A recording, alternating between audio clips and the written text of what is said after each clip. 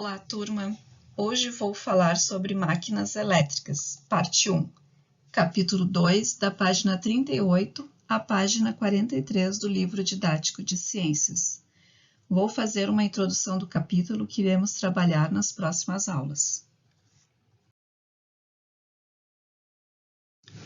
Desde a antiguidade são conhecidos pelo homem fenômenos magnéticos, assim como fenômenos elétricos.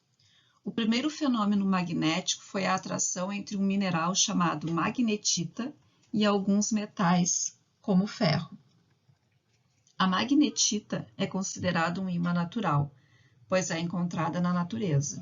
Os ímãs são substâncias que têm capacidade de atrair alguns outros corpos e interagir com outros ímãs.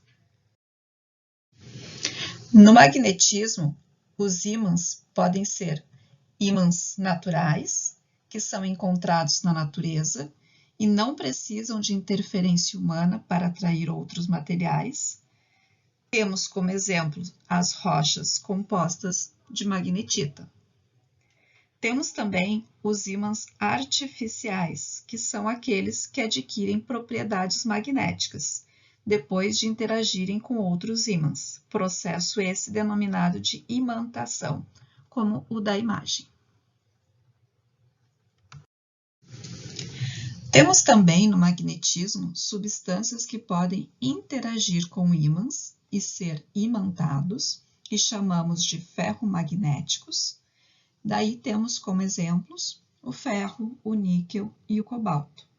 E também temos materiais que não são atraídos tão fortemente por ímãs, por isso não podem ser imantados, o que chamamos de não ferromagnéticos. Resumindo, os ferromagnéticos podem ser imantados e os não ferromagnéticos não podem ser imantados. E para entender melhor o funcionamento do ímã, vamos aprofundar o funcionamento do campo magnético terrestre. Podem observar na página 40 do livro esse esquema e assistir o vídeo através do QR Code do celular, nessa mesma página.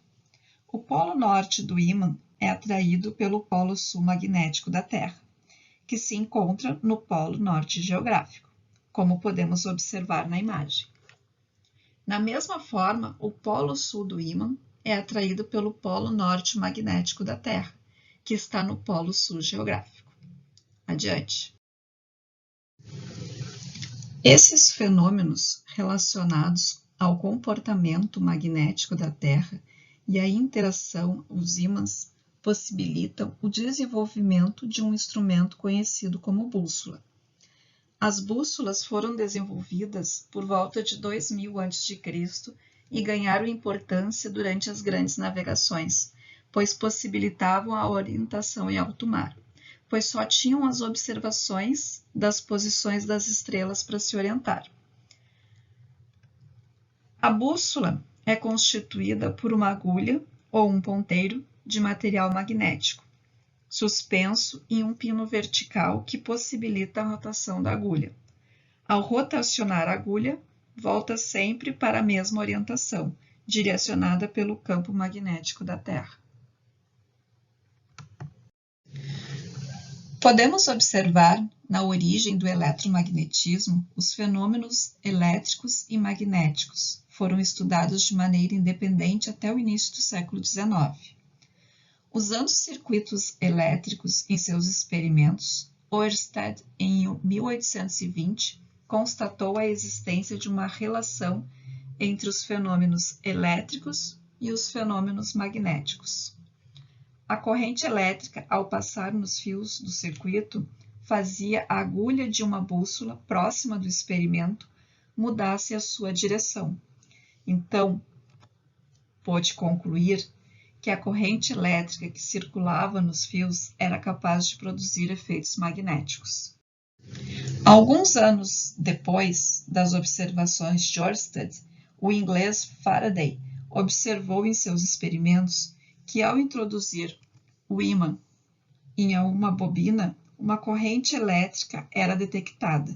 Então se deu o nome de Lei de Indução de Faraday. Segundo a lei de indução de Faraday, A variação do fluxo magnético em uma bobina induz o surgimento de uma corrente elétrica. Este é o princípio base para o funcionamento da maioria dos geradores de energia elétrica, como nas usinas hidrelétricas, nas termoelétricas, em alternadores de automóveis e outros. Por hoje ficamos por aqui. Bom estudo a todos. Beijos!